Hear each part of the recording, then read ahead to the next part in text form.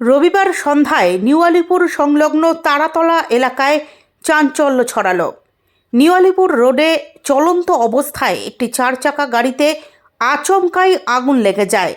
প্রত্যক্ষদর্শীদের দাবি, গাড়িটি চলার সময় হঠাৎই দাঁড়িয়ে পড়ে এবং মুহূর্তের মধ্যেই তাতে আগুন ছড়িয়ে পড়ে। ঘটনাটি নজরে আসতেই এলাকাবাসী দ্রুত দমকল বিভাগে খবর দেন। খবর পেয়ে দমকলের একটি ইঞ্জিন ঘটনাস্থলে পৌঁছে আগুন নিয়ন্ত্রণে আনে, তবে ততক্ষণে গাড়িটি সম্পূর্ণ ভস্মীভূত হয়ে যায়।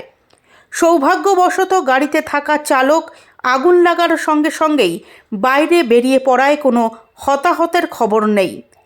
এই অগ্নিকাণ্ডের জেরে নিউ আলিপুর থেকে তারাতলার দিকে যাওয়ার রাস্তা বেশ কিছুক্ষণ অবরুদ্ধ হয়ে পড়ে, ফলে যান চলাচলে বিঘ্ন ঘটে এবং দীর্ঘক্ষণ যানজট তৈরি হয়।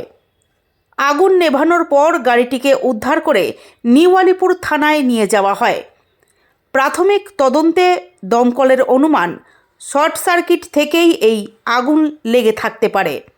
গোটা ঘটনাকে কেন্দ্র করে এলাকায় আতঙ্কের পরিবেশ তৈরি হয় এবং বহু মানুষ ঘটনাস্থলে ভিড় করেন।